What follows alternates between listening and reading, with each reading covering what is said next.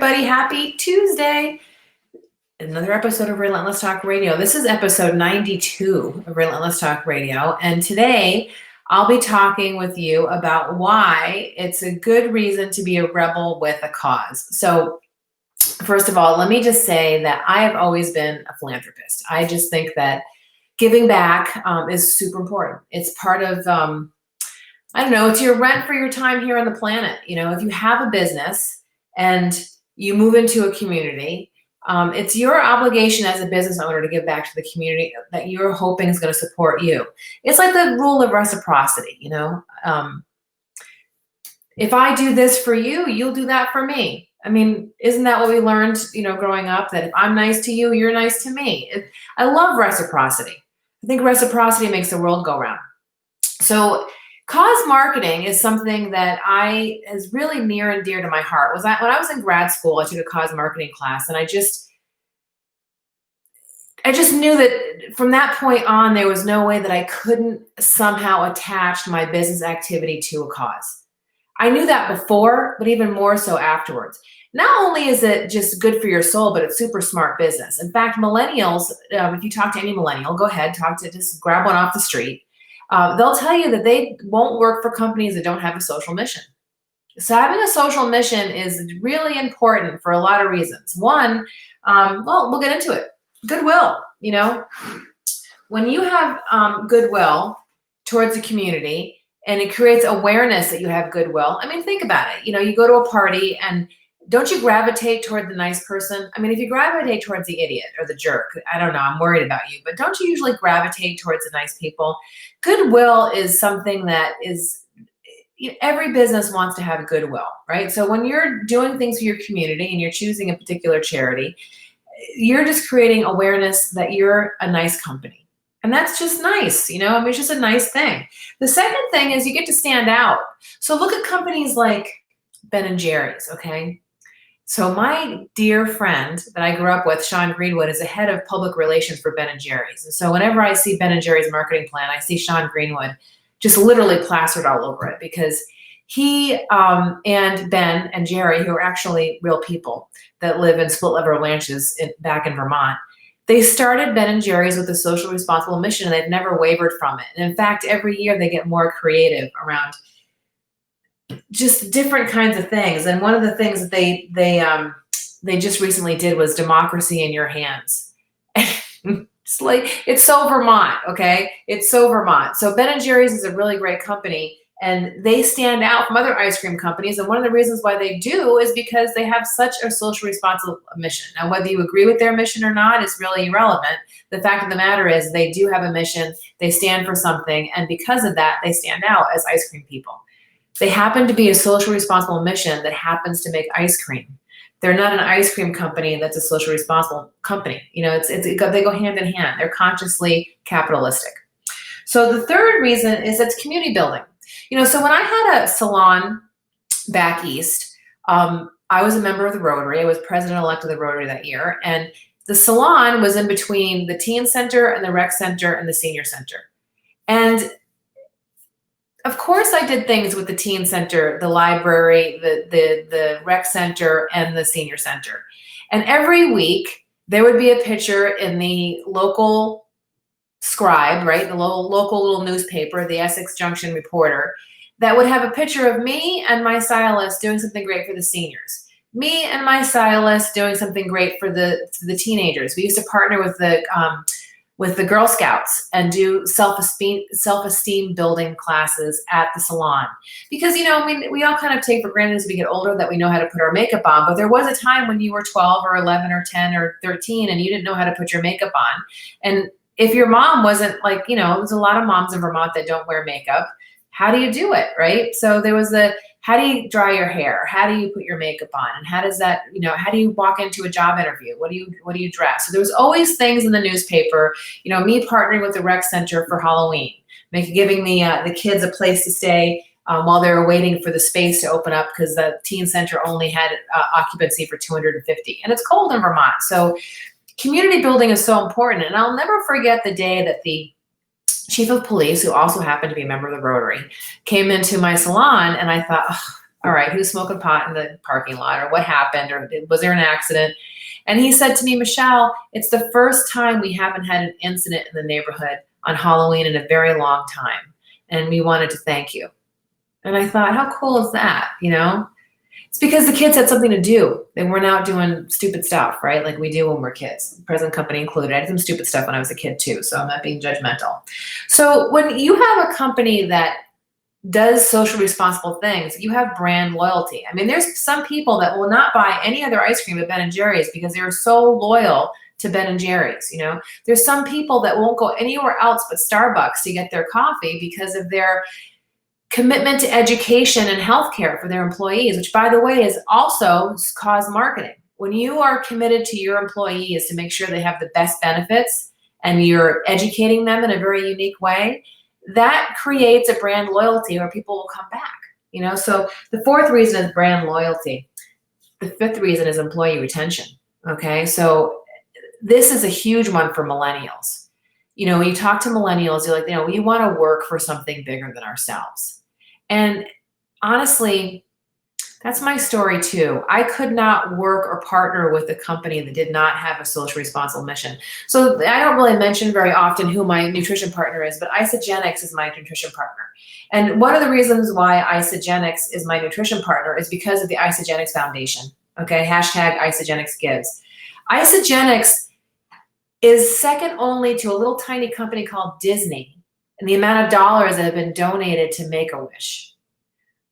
That really was important to me because if I was going to align my wagon with another company, I wanted to believe in what they believed in. And so the Isagenix Foundation was started about 1.5 years ago, and I do anything I possibly can to support them.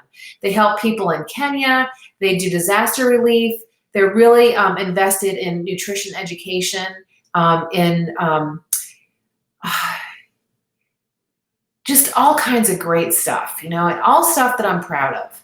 And I support several charities, and I've written them all a letter, an email saying, hey, apply for the Isagenix grant. So Isagenix accepts grants. At least last year it was in April and September. So if you have a compelling mission, write Isagenix and see if maybe you might qualify for their grant. If you happen to be working with racism or any kind of nutrition program, they will work with you. So employee retention.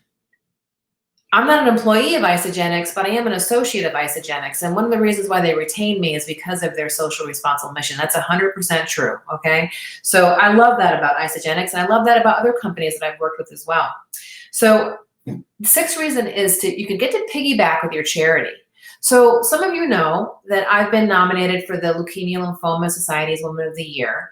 And I just met with the board chair this morning, and I met with the employees for LLS last week to get my marketing plan in place. And it's just awesome because I get to lift up LLS, and LLS gets to lift up Relentless Talk Radio, right? So we get to align our missions, and by aligning our missions, we increase organic traffic on social media, and we increase retention. We're constantly working together to build both of our brands up. Super important, and also so much fun.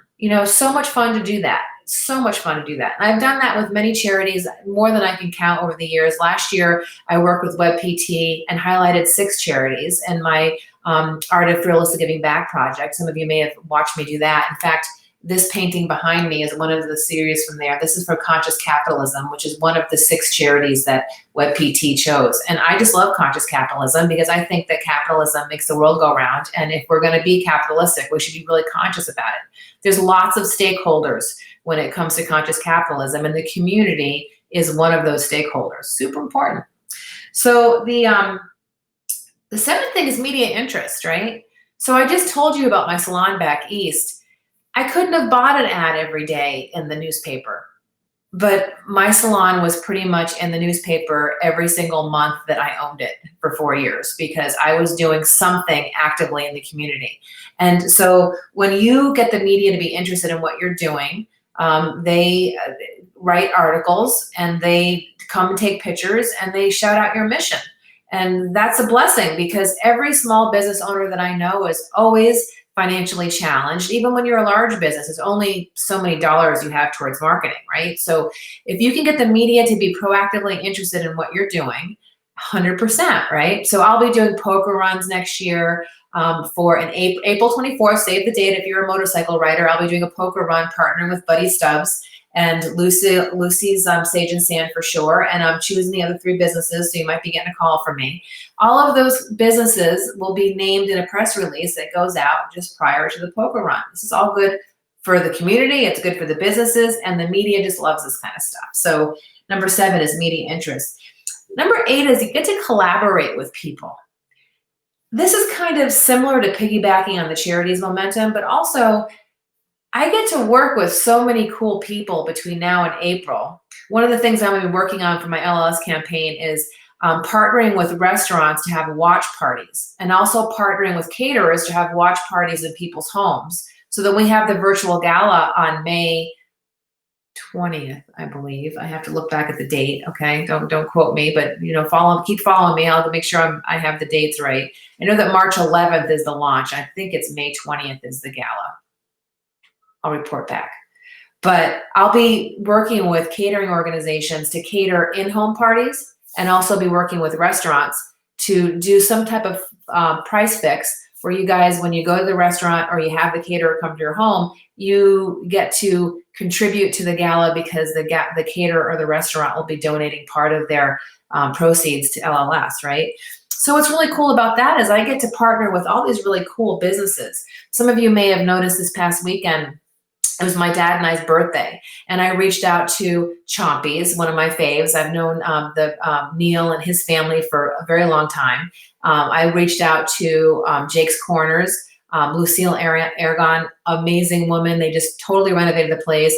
I reached out to Roosevelt Marina. Mark and his staff there were awesome. And I reached out to Lucy's Sage and Sand here in Glendale. So I had 4 businesses that I got a chance to really deeply know the owners a little bit deeper, right? And every time I do something, I get to know people better. And, we all know that when we get a chance to collaborate and work with people, we get to do really meaningful and cool things, So the ninth thing is it gets you into action.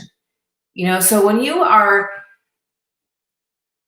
can't just wake up in the morning and say, you know what, I think I'm just gonna, go about making money for myself.